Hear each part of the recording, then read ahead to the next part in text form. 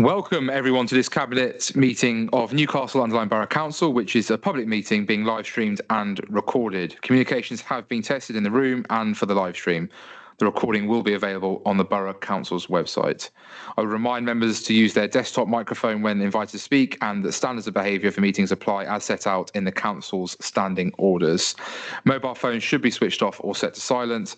There are no planned fire drills during this meeting, and fire exits are clearly marked in the event an alarm is activated. Please follow directions by staff. I'd also like to welcome those in the public gallery here today, and would ask that if they follow any guidance and instructions given by me or by officers present. I'll introduce my members of the Cabinet. Councillor Ben Simpson, who's Cabinet Member for Waste, Recycling and Green Spaces. Councillor Vanessa Renshaw, Cabinet Member for Housing and Public Protection. Councillor Andrew Fisher, Cabinet Member for Resident Services and Neighbourhoods. Councillor Graham Shaw, Deputy Leader and Cabinet Member for Finance. And I am Councillor Jonathan Gullis, Leader of the Borough Council. Item number 1 is apologies. I've received apologies from Councillor Martin Rogerson so far. Item number 2, declarations of interest. Are there any matters that need to be declared? I'd just like to raise that I'm a former housing officer, housing advisor here at the Borough Council, and I also lead a homelessness charity in the city of Stoke-on-Trent with regard to item 5. Thank you very much. Any other declarations? No, perfect, thank you. Item 3 then is minutes of the last meeting. Can these be agreed as an accurate record? Councillor Simpson, thank you very much. Seconder for that one? Councillor Fisher, thank you very much indeed. There we go, so the items agreed. Item 4 is the Wally's Quarry odour update. Our usual Service Director, Nesta Barker, isn't with us today, so I believe Chief Executive Gordon Mole is going to be stepping in to give us an update. Thank you, Leader. This report on Wally's Quarry provides an update on the landfill site and odour issues for July 2026, following previous Cabinet reports given monthly since the start of the odour issues. I'm pleased to report that there is again positive news in relation to odour and the impact of the landfill site on the surrounding community. We had again complaints numbers just of 1 in July, and complaints and odours remain extremely low. That's supported by the officer assessments, hydrogen sulfide measurement undertaken with the mobile Jerome device, and also the air quality data provided from the MMF device on site. The works that the EA is undertaking on site with their contractors is continuing to prevent serious pollution. In terms of other updates, there were a number of questions posed at the recent Health, Wellbeing and Environment Scrutiny Committee about Wally's Quarry, and answers to these questions are provided within the report. I'll also update that the proposed political cross-party working group that you asked to be established, Leader, for Wally's Quarry is being established with the objective of ensuring regular political oversight, information sharing and scrutiny of progress. The initial meeting will be held next month, September 2026, and we will add that to future reports. So happy to take any questions from members around Wally's Quarry. Just one from me, please, Gordon, that's okay. With regards to the cross-party working group, which I'm very proud to see that we've announced publicly today as well through our communications channels at the Borough Council, can we just get an update, just for those who maybe haven't read the report, who are the intended members of that particular committee? Yeah, thank you. So it will be as a cross-party group that represents the interests of the Borough Council, the County Council, and the local Member of Parliament. So the leader of the County Council, yourself as leader of the Borough, and the leaders of the opposition groups as well. Invited to the meeting are the key agencies, so as well as officers from this council, there'll be officer presence from Staffordshire County Council, the Environment Agency, and others as the group sees fit as it develops. But that sort of key aim, alongside, the Member of Parliament, I should have said, for Newcastle under Lyme, is also obviously a key member of that group, really with that sort of view on influencing and shaping the direction as we go forward. Thank you very much indeed. Any other comments or any questions from any of the Cabinet regarding Wally's Quarry? No, well, thank you very much again for officers continued, and obviously this will always remain as an item on future cabinet agendas, so we can make sure that we are obviously providing the public the rightful update that they deserve regarding this terrible tragedy has been thrust upon the residents of Newcastle and Borough, and hope that this cross-party working group will help to shape putting pressure on the Environment Agency and others to make sure that outcomes that come to a long-term sustainable solution, as well as obviously outstanding criminal investigation that obviously selfishly we hope, without prejudicing anything, will come to a conclusion and rightfully seek to incarcerate, in my own personal view, individuals who have acted unlawfully. Item number 5 is the Housing and Homelessness Strategy 2026 to 2030. Again, the service director is currently away, so I will therefore ask the Deputy Chief Executive, Simon, to introduce it. Thank you, Leader. The current housing strategy was adopted in 2021 and the current homelessness strategy was adopted in 2020. These two previous strategies have been reviewed and merged to form the Housing and Homelessness Strategy 2026 to 30. The Housing and Homelessness Strategy 26 to 2030 is structured around 3 cross-cutting priorities that recognise the links between housing, health, economic prosperity and homelessness, namely housing and health, housing and prosperity, and homelessness and rough sleeping. A public consultation on the strategy has been undertaken and comments received have been incorporated into the document alongside the new administration's wish to provide greater prominence to the 4 areas including advocacy for Article 4 directions to enable greater local control over houses in multiple occupation, prioritising improvements in energy efficiency, reducing fuel poverty and lowering household energy costs rather than focusing solely on decarbonisation objectives, supporting the provision of housing that meets the needs of local communities, and strengthening the focus on supported housing provision within the borough. The updated strategy is presented to Cabinet today for approval. It was a wonderful job, Simon. Well done there on reading that all out. That was very good indeed, and delighted and want to congratulate Councillor Renshaw for the hard work that she's put into this document alongside officers to make sure that we have this document that's updated.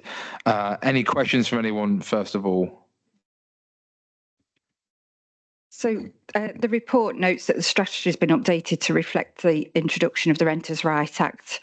I was wondering, do we have any data on whether the Act has led to an increase in landlord inquiries, notices served, homelessness presentations or homelessness prevention cases? And if so, what trends are the officers seeing, and do they anticipate any further pressures on council services over the coming months? Buckle up.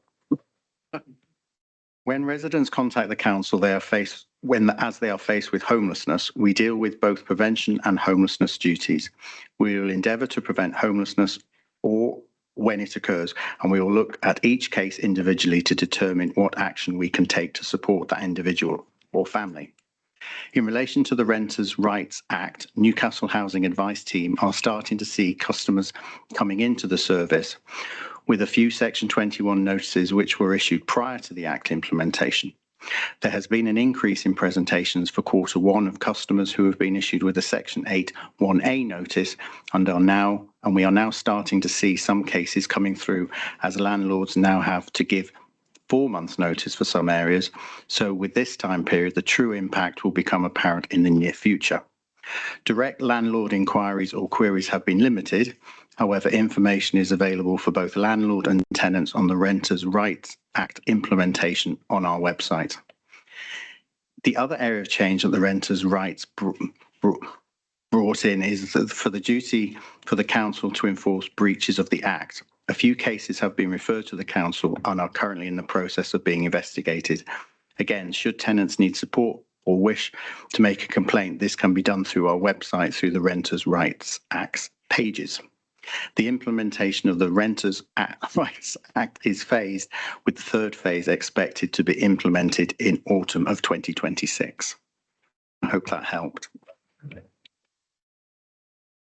Just one more. So the strategy rightly identifies homelessness and rough sleeping as one of its 3 key priorities. Can you outline the current position in Newcastle under Lyme, specifically how many people currently are recorded as rough sleeping, and how does that compare with previous years? And what are the targets or measures will we use over the lifetime of the strategy to judge whether our interventions are succeeding? You can. In June 2025, we had a single night count of 6, and in June 26, we had a similar 6. Over the month, we had 22 in June 25, and in June 26, we had 14. In July 25, a single night was 10, and in July 26, that was 8, and over the month in July 25 was 23, but over the month of July for 26, we're yet to report, so it looks like the figures are coming down. We report our figures monthly to Delta. These are recorded and presented on a dashboard on the gov.gov website for all to access. Performance data is included in the Council quarterly report presented to Cabinet. We can assess the success of our interventions through these figures. We are also capturing figures for those accessing Navigation House and their move-on outcomes. The team also provide case studies on a 6-monthly rolling period. We do have the added pressure of out-of-area rough sleepers, which come from the court, hospital and supported housing provider that does not have a local connection criteria and has 86 units in the area, mainly in the town centre. We tackle this through partnership working and joint commissioning of services so we can support individuals to access the relevant support of their local authority. Thank you very much for that. Roger, because a bit of your brief will obviously overlap with some of this, may I just check in? Obviously, we've talked about the obviously tackling rough sleeping. We have obviously got currently a review underway on the open parks and open spaces, I believe, PSPO, Public Space Protection Order, through the relevant committee. Well, I think we've added encampments and tents, if I'm not mistaken, onto that at present. Thanks, Leader. Yes, we have. So the renewed Public Space Protection Order for parks and open spaces is out for consultation at the moment. It went to licensing and public protection on the 30th of June and was approved for consultation. When it comes back after the 12-week consultation period, the tented structures and other, encampment related things are included in the draft at the moment. So when it comes back from consultation, it will be reconsidered at licence and public protection, along with any other amendments that are proposed through the consultation. So that will then be added into the new Public Space Protection Order when it comes into effect sort of later on this year in the autumn. Thank you. So we actively encourage residents to engage in that consultation process to make sure that we have that work. And obviously with the investment in Navigation House, Roger, I don't know if you know anything about sort of how that's working to date so far, how the service interaction has taken place so far. I don't have any detail on that, I'm afraid, Leader, at the moment, because it's in Nesta's service area, obviously. Anecdotally, I've heard that it's up and running. Navigation House, it seems to be working well. It seems to be engaging with the sort of known rough sleepers that have local connection in Newcastle. But I'm sure Nesta can provide more detail for a future meeting if needed. Yeah, thank you. Just in addition to that, I think it's been a deliberate programme of a slow, a managed rollout of Navigation House for the first residents. I think, as Roger said, it has been received very well.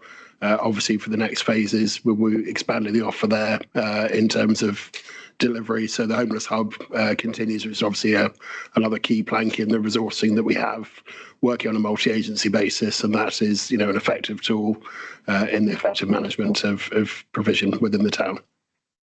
Thank you, Roger. Thank you, Gordon. And obviously the Article 4 direction is part of our forward plan, which I believe is coming in the autumn cabinet, where we'll be able to outline from the research has been going, not just those who are registered, but obviously those we've looked through the council tax base in order to try and identify unregistered HMOs, and therefore be able to have a clear distinction of where the boundaries will be drawn in order to obviously take action. That Article 4 direction is something that is obviously very important, and thank you for everyone's work in that. And if everyone's happy, Councillor Simpson, sorry. Yeah, just one question. Given that only 3 consultation responses were received, are officers satisfied that engagement was representative of residents' views?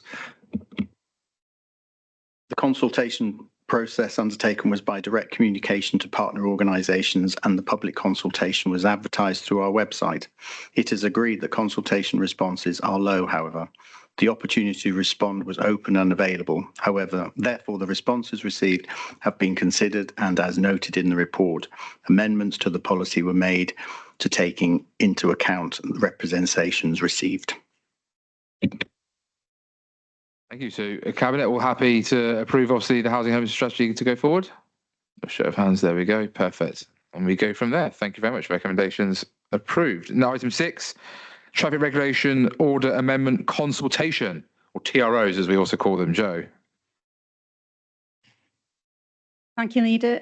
This report outlines the proposed amendments to the traffic regulation order, and the attachment is what we anticipate going out to consultation with. It includes 3 key car parks within the borough, the first being Lyme Park Countryside Park at Keele, which has previous Cabinet approval to go out to consult.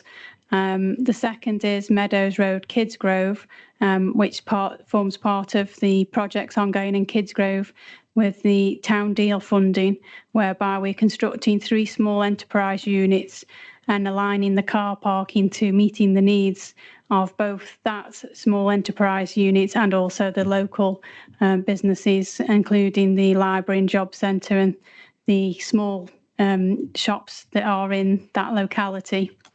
The third one is Heathcote Street Kidsgrove, again part of the town deal funding programme, where we're making improvements to the existing car park. And this splits the car park into 3 different types of parking. The first one being closest to the shops, enabling people to nip in, i.e. nipper parking, and then a short stay, and then a longer unrestricted long stay. Each of the car parks have a time limit on, the idea being that the car parks serve a particular user and enable customers to come and go, and there be an availability of parking for the next user. There is some charging for long stay car parking in terms of the Meadows Road one, and the reasoning behind that is related to the train station parking, where we see people using the town centre car parks instead of paying for commuter parking. So we've tried to align that to enable people to still have that choice, but obviously to make it not so financially viable to block a space from the town centre shops and local businesses. In terms of the consultation, we have an option to do the 3 separate, but we are proposing to run all 3 consultations at the same time and have one advert in the Sentinel, and just make the process efficient in terms of costs. That's it. Thank you, Leader. Thank you very much. Obviously, with the Kidsgrove one, Jo, may I just clarify, because there was some misinformation out there about particularly the Heathcote Street car parks that I'm thinking about, obviously the short stay and the long stay.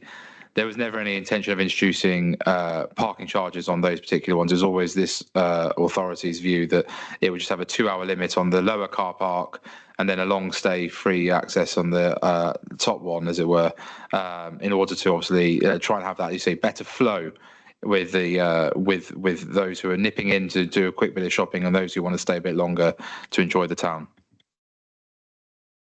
Thank you, Leader. Yes, that's correct. There was never any proposal to have any charges on the Heathcote Street.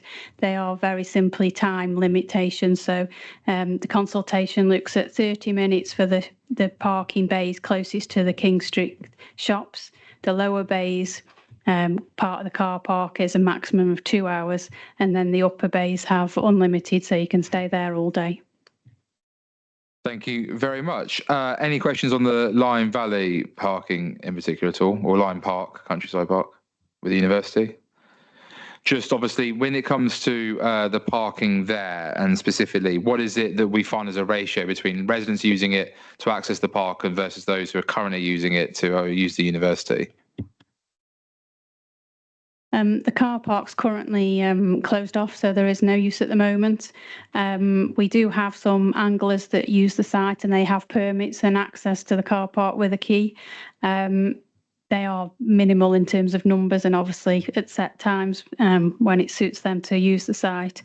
In terms of if there was no restrictions, I would be predicting that all of them spaces would be fully occupied by people going to Keele University by before 9 a.m. Most people who are using the park are obviously going before work, going for a walk, perhaps taking the dog, or again using them in the daytime. So then daytime users wouldn't be able to access it if it was full by 9 a.m. Thank you very much. I think that is indeed something we want to avoid. At the end of the day, we're a university town, university community. We're very proud to support the university, but of course, we also have lots of fantastic green spaces the public should be able to use, and the university does have an ample parking provision for its students, as well as obviously ample public transport opportunities to get to and from the university as well via the town centre and across the borough overall. So if there's no further questions, happy to approve that we send this out for consultation and that we authorise the Chief Executive in consultation with the portfolio holder for planning and commercial services to review the consultation response and make any minor alterations as appropriate before adopting the TRO. All happy with that? Thank you very much. Recommendation approved. Item 7, very excited about this one. Lyme Valley Pump Track. Very special place now, seeing as just this weekend, Roger, before I come to you, my son and daughter have now both learned to ride bikes and in the park this weekend, enjoying it, as well as the brand new home bargains and enjoying a 39p can. You can't get that kind of value anymore, can you? Obviously, other retailers are available, just in the interest of commercial balance. But absolutely great to see that obviously this park was so well used, but of course, even better that we've been able to uncover the funding for this. So Roger, I'll let you introduce. Thank you, Leader. So yeah, this report seeks to seeks approval for transforming the existing BMX track in Lyme Valley into a modern pump track facility to cater for a range of wheeled sports and allocate existing Section 106 agreement funding that's already been secured to the project. Public consultation will be carried out online to gauge community views on options for the facility, which have been prepared by specialist design and build contractors. And the two options that have been submitted via expressions of interest are appended to this report. So we've had two companies, specialists in this field, who have come up with two different proposals for this. We're now going to invite those two companies to formally tender for this job.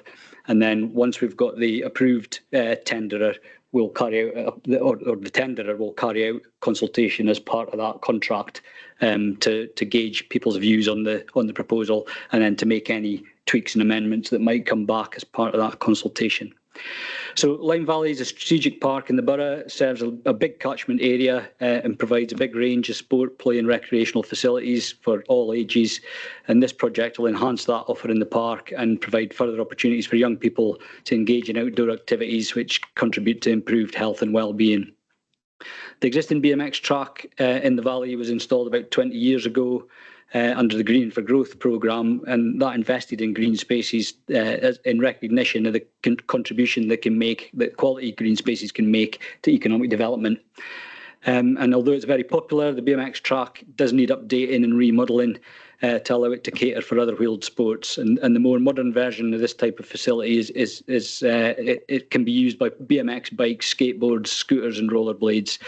And as you know, a very successful one is installed at Newcastle Recreation Ground in 2021, part of the Kids Grove Advanced Town Dual Fund. And we're just building another one at the moment at Bradwell Dingle. The estimated cost of installing a pump track at Lyme Valley, based on previous similar projects, is around 150,000.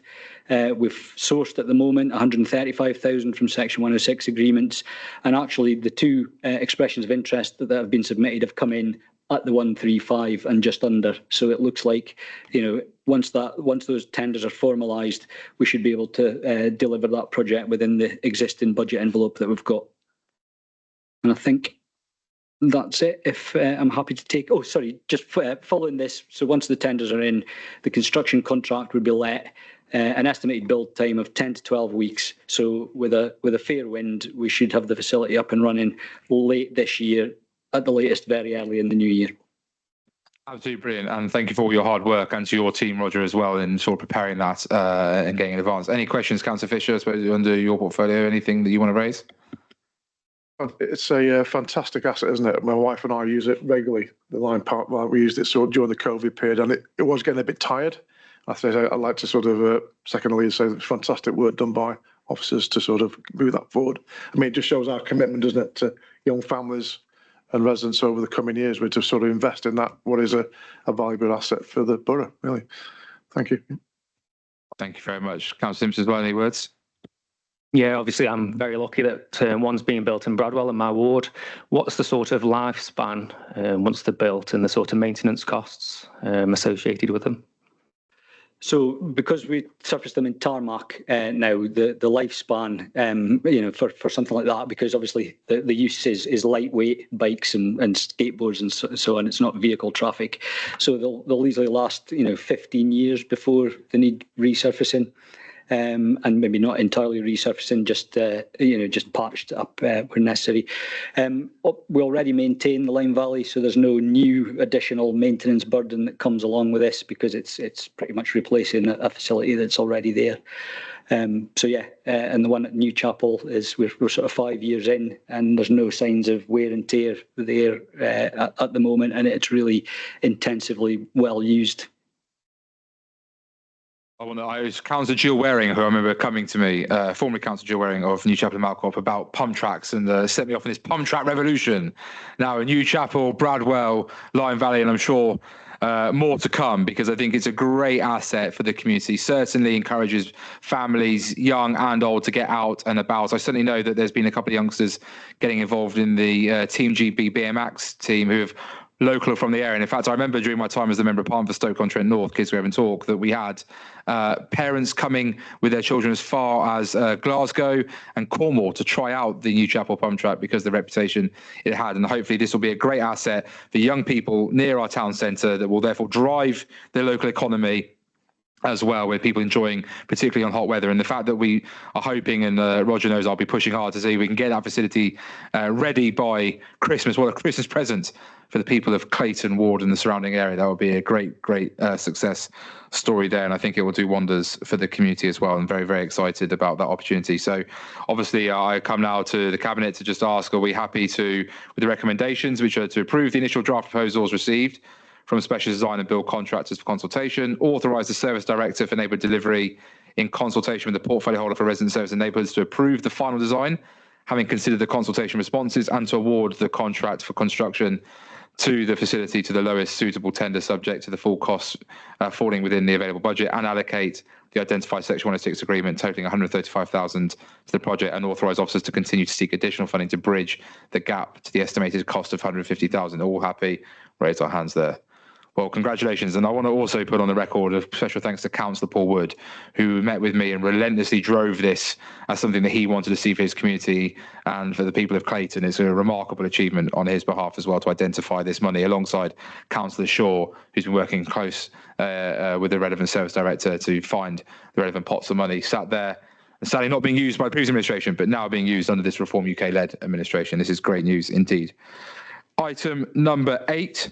Local Government Association withdrawal.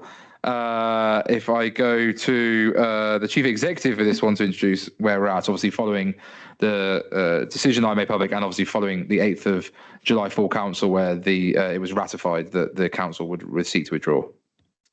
Thank you very much, Leader. As you know, this report relates to council's withdrawal from Local Government Association following the resolution agreed by full council.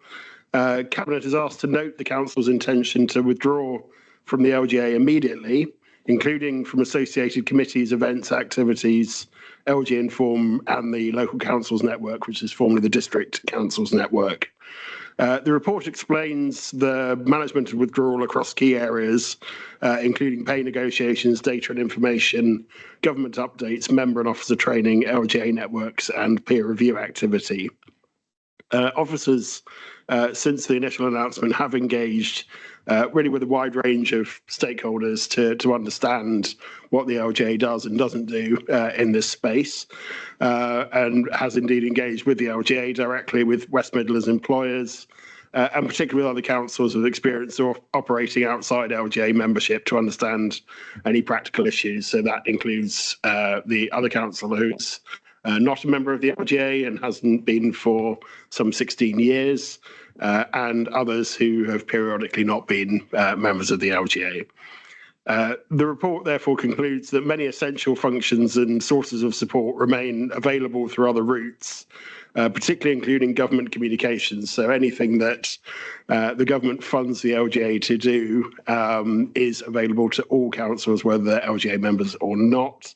Particularly important in relation to the next item around local government reorganisation, but also regional employers networks such as West Midlands Employers, professional networks that officers and indeed members are members of, and the existing Staffordshire-wide arrangements. Financially, the council's main cost is the annual LGA subscription and indeed the LGA conference, and it will be exiting the membership agreement where this saving will be accrued. Cabinet is asked to note that future LGA membership could be reconsidered if the purpose and the structure of the LGA changes significantly in response to the concerns raised by the council. So happy to take any questions at that point, Leader. Thank you very much, Gordon. Olwyn, I'm aware that you very kindly undertook some work to engage with the LGA to understand the terms of any deals that were struck, and you have now been presented, I believe, with a document, if you don't mind sharing, from the LGA. Yes. Thank you, Leader. Yes, I had a letter this morning from the legal advisor to the LGA. I'd asked, it is clear in the Articles of Association that that member authorities must give a year's notice to expire on the 31st of March the following year, which means that any notice that we give will not expire until the 31st of March 2028. I asked if there was evidence that we had signed up to that, and they have provided evidence which shows that when this authority joined the LGA in 2018, the then interim chief executive signed the document which committed this authority to observing all the terms that are in the Articles of Association. So I think, bluntly, we're stuck.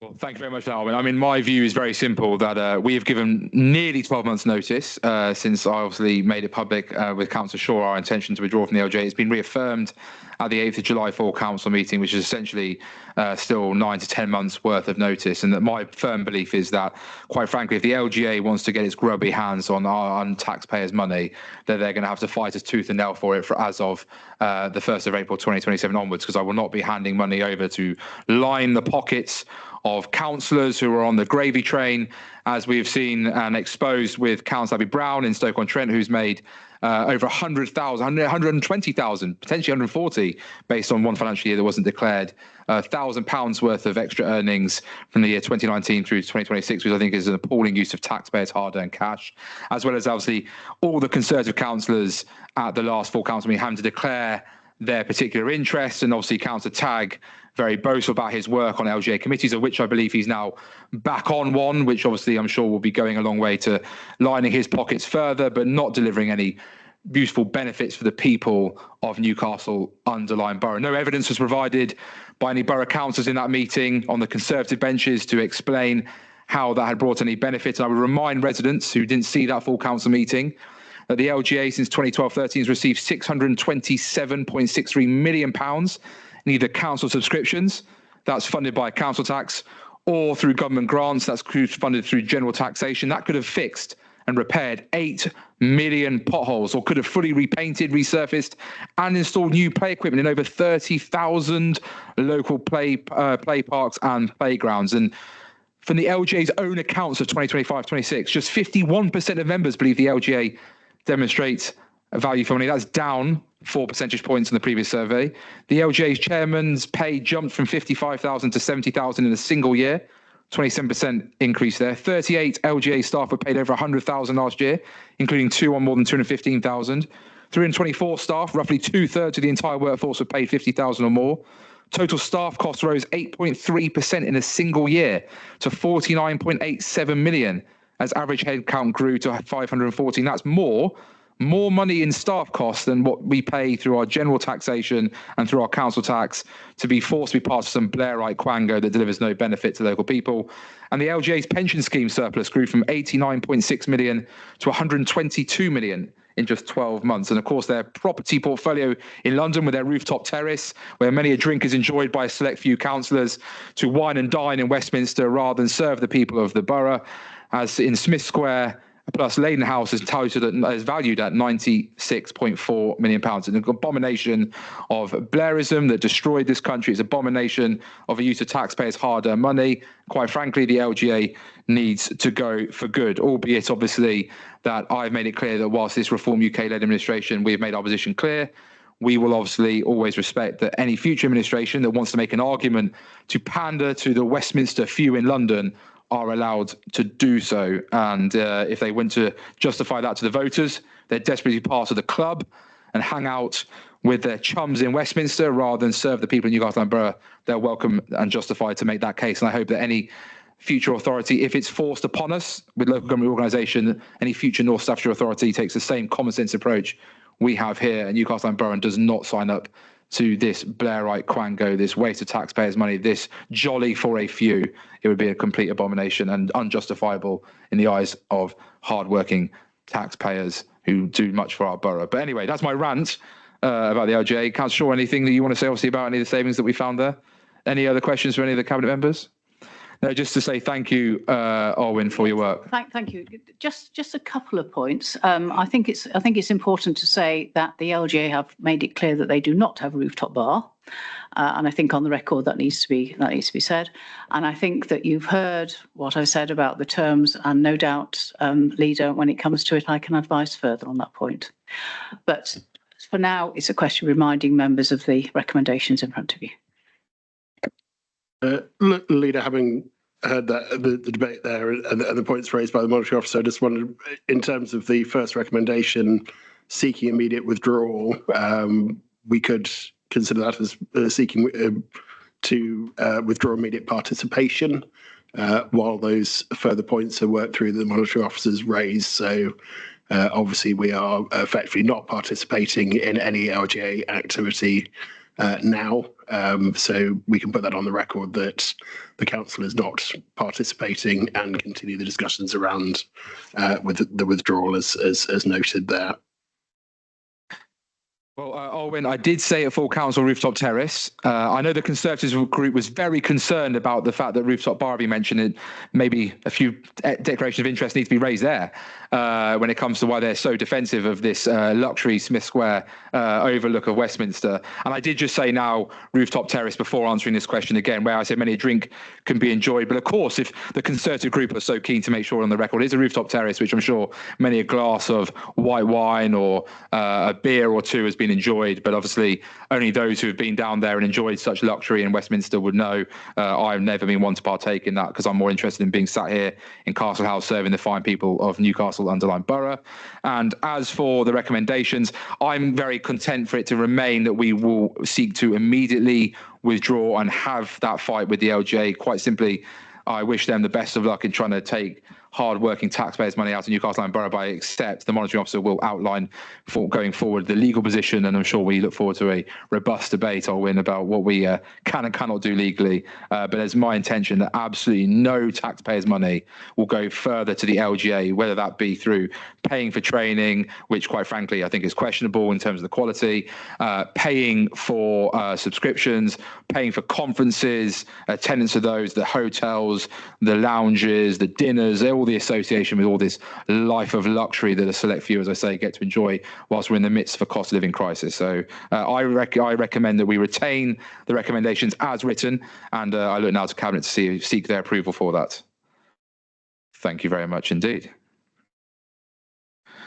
And then local government reorganisation, and I believe that is you again, Gordon. It is. Thank you, Leader. So this report is obviously brought to Cabinet today following the announcement of the local government reorganisation decision for Staffordshire and Stoke-on-Trent, which was announced by the then Secretary of State on the 16th of July 2026. The government has indicated its intention to replace the current two-tier local government system with two new unitary authorities from April 2028, subject to parliamentary approval. That follows obviously quite a long history from December 2024, when this was first announced to local authorities, following an initial announcement in October that year, indeed at the LGA conference, around devolution. And those two streams should be seen as separate, but devolution is clearly remains a really important theme that should be progressed. The government has noted that it is minded to direct that Newcastle under Lyme will become part of a proposed North Staffordshire unitary authority, as you've outlined, Leader, alongside Stoke-on-Trent and Staffordshire Moorlands councils, and disaggregating and reaggregating elements of Staffordshire County Council into that new unitary authority as well. So the report sets out the council's current position, including the political opposition to reorganisation and the leader's ongoing representations to government.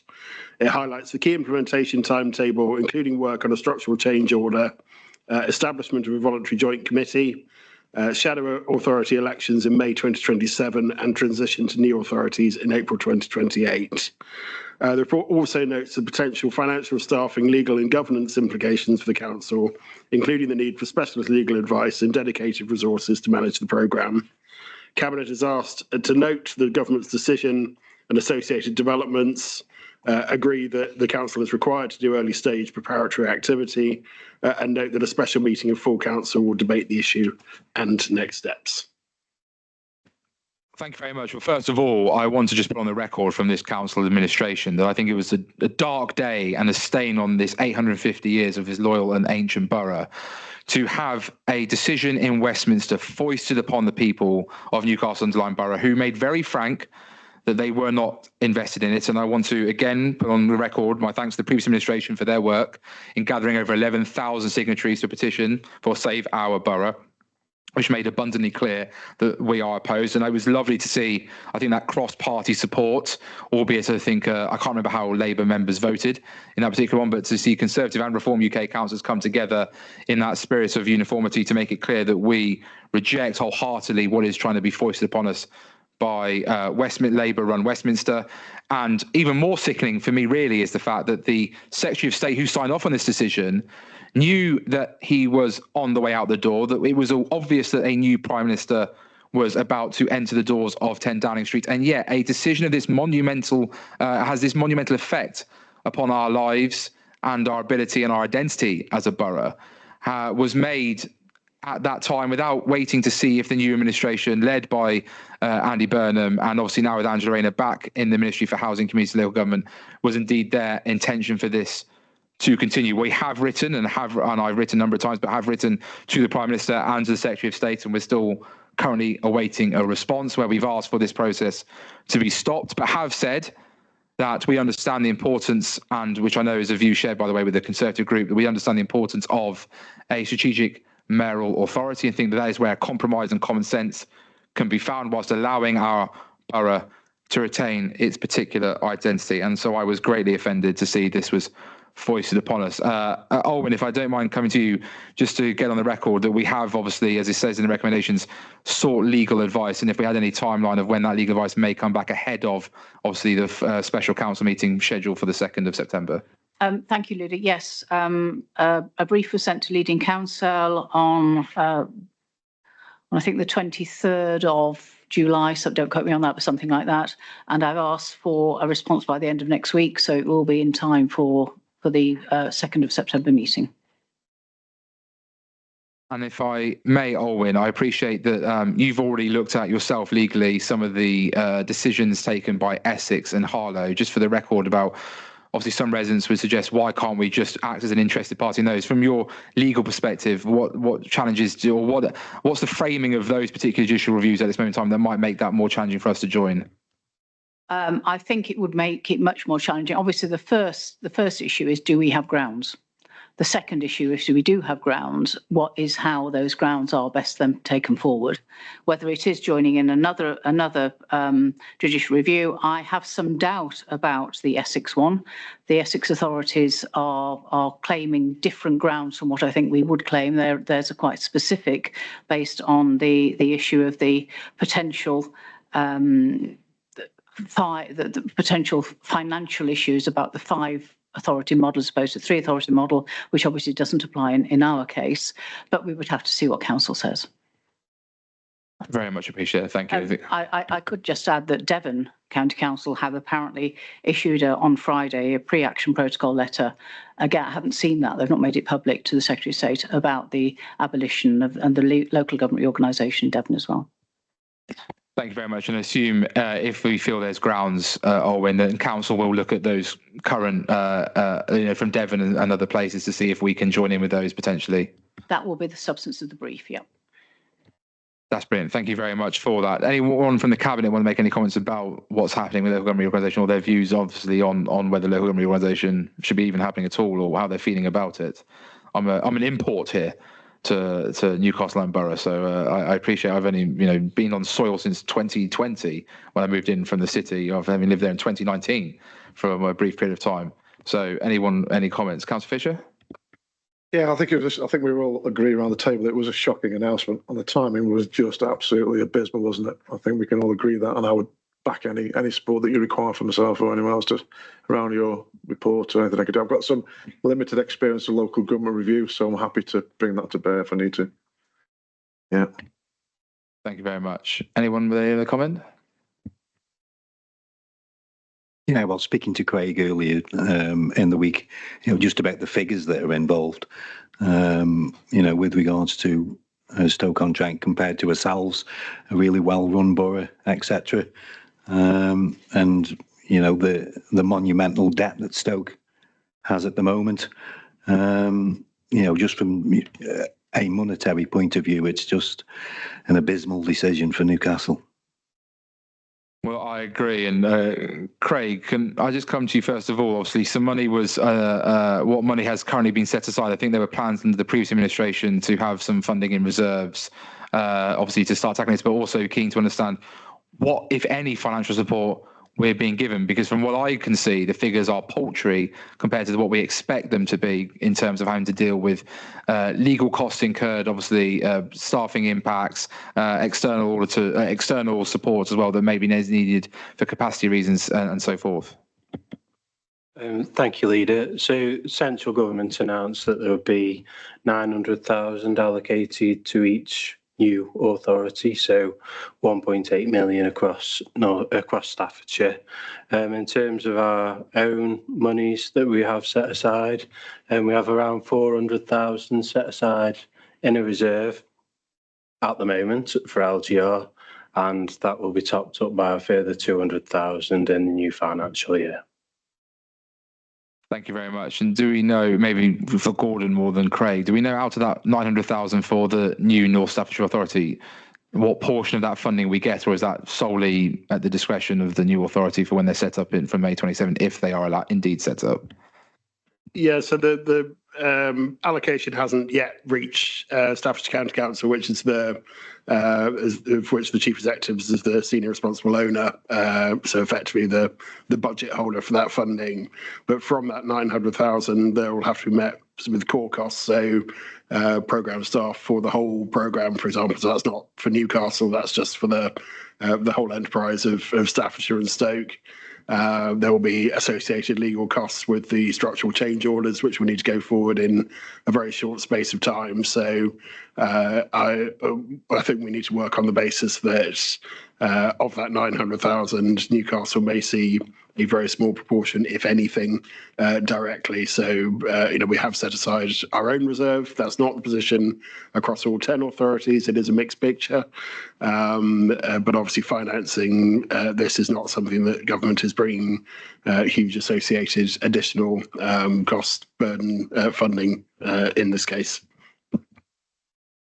Thank you. And obviously, that is a grave concern, because indeed, I think it's approximately £783 million of outstanding debt associated with the city of Stoke-on-Trent, alongside 69.5 million of exceptional financial support as well, and not having any clear idea of out of the approximately 60 million in capital receipts programme intended to repay exceptional financial support, what's happening with the City Council and that money being lumbered on the people of Newcastle and Borough, of Underline Borough, when this has been and is a well-run, financially sustainable council and local authority that has been investing in communities. You can see the regeneration across the 4 capital-centric sites, as well as in other parts of the borough, particularly, say, in Kidsgrove, with the sports centre, and indeed the 3G Astro there as well, and the pump track. These are investments that have made a huge difference to the community, and very sadly and tragically, this is all being overlooked. And I do fear for the financial viability of this new authority myself, with that debt straight out of the gate, unless government is going to step up. And I hope and intend to write to all council leaders within the North Staffordshire proposed area to see if they will join with me alongside all the local members of Parliament for that area as well, to send a very clear letter to government that if they are foisting this upon us, if we are unable to stop this from happening, then the debt must be cleared. It must allow this new council to stand a chance of trying to start from a debt-free position. Otherwise, all we're going to see is a huge increase in council tax in order to facilitate debt that was not at the behest or the decision-making of the people of Newcastle Underline Borough, and I think we'll take that very seriously. But to go back, obviously, to the report that was given, this is obviously to note the fact that what's currently undergoing. The only thing I would say, again, for the record, is that we are anticipating at the moment elections to take place in May 2027 for the new authority, for the benefit of residents. The people you elected as Newcastle and Borough councils will remain in post as borough councillors until the 1st of April 2028.